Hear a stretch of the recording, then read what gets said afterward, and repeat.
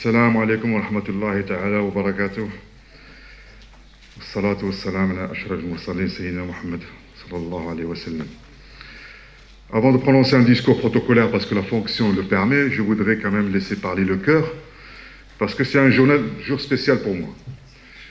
D'abord, je voulais remercier du fond du cœur tous ceux qui ont pensé à de nous réunir ici, tous, fédération, club, institutionnel, tout ça, dans cette région qui m'a vu naître, Saïdia, Oujda, qui m'a vu courir le long des plages, forger mon caractère pour aller, et mes valeurs pour aller éclore en Europe, voir mes éducateurs, Siswilmi, tout ça, mes professeurs, ici, ça me remplit de joie et d'honneur. C'est pas un rendez-vous banal, c'est un rendez-vous vraiment spécial pour moi, et je voulais encore une fois remercier tous les institutionnels, à vos grades et aux qualités. Une mention spéciale à notre ami Si Mohamed Mbarki, l'agence orientale. Ça symbolise pour moi quelque chose de très important d'avoir une institution à côté du rugby. C'est ce que je vous dirai tout à l'heure, l'importance de ce jumelage, de ce partenariat pour faire éclore les valeurs de ce sport en Afrique et dans le monde. Merci à la Fédération marocaine de rugby de nous réunir ici. Merci à tous ceux en vos grades de qualité. C'est dans cette station eau prospère. Il y a 15 ans, il n'y avait plus rien ici. C'était qu'une forêt d'eucalyptus. Et grâce à la vision de Sa Majesté, que Dieu le préserve, dans un discours de 2023, il a donné une impulsion économique, touristique dans cette station qu'on voit aujourd'hui rayonner à travers le royaume et dans le monde entier. Et cette station qui s'oriente dans les prochaines années dans une corrélation sportive. Elle va pouvoir recevoir des grandes équipes mondiales, il y aura des terrains de rugby, de foot, des piscines olympiques, etc. Donc elle a pris ce tournant de pouvoir être une station spéciale par le biais du sport. Comme on voit, le sport, ce n'est plus une discipline tout court, mais c'est aussi une économie, c'est aussi des choses que le Royaume du Maroc est en train, à tout en son honneur, avec les prochaines échéances de la Coupe d'Afrique de football, la future Coupe du Monde en 2030, va donner une impulsion énorme à ce pays, à ce royaume, comme d'autres événements. On s'aperçoit que les événements sportifs changent le paysage d'un pays. Herbert a parlé tout à l'heure de la Coupe du Monde que j'ai vue en France en 2023. C'est plus de 6 milliards d'euros de retombées, c'est plus de 600 000 emplois. Donc le sport, c'est autre chose qu'une simple discipline. Voilà, encore une fois, merci, mais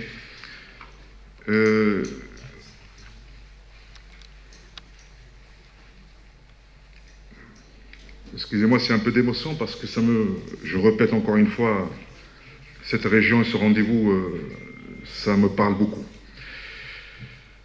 Revenir ici dans un cadre d'un projet collectif au service du rugby africain, c'est pour moi une forme de retour aux sources. C'est aussi un moment de responsabilité car le rugby africain, aujourd'hui plus que jamais, est face à un défi historique.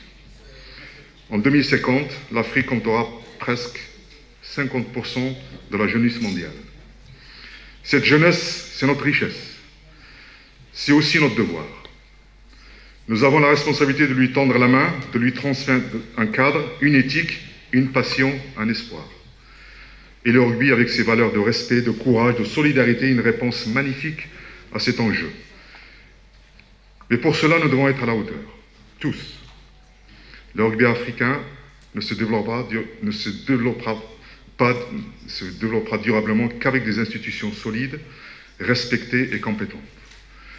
Nous avons besoin d'instances engagées, de fédérations structurées, de relations fortes avec les autorités nationales. Les grandes nations ont un devoir d'exemplarité. Mais cela ne suffira pas. Le développement ne viendra que par l'effort de tous. C'est pourquoi nous croyons à l'union, à la coopération et à l'écoute. Le projet de l'Agence française de développement et de France Expertise, lancé ensemble et porté prioritairement par la Fédération française de rugby, est le premier pas d'une dynamique plus large. Il montre que l'on peut mobiliser les États, les ONG, les institutions internationales pour faire avancer le rugby. C'est un projet qui allie formation, solidarité, transmission et développement durable. C'est un projet qui a vocation à s'étendre et à inspirer, à grandir. Je suis heureux que Michael Lopata soit présent ici. à ce séminaire. Sa présence témoigne de l'importance stratégique de cette coopération entre Rugby Afrique, World Rugby et la Fédération française de rugby.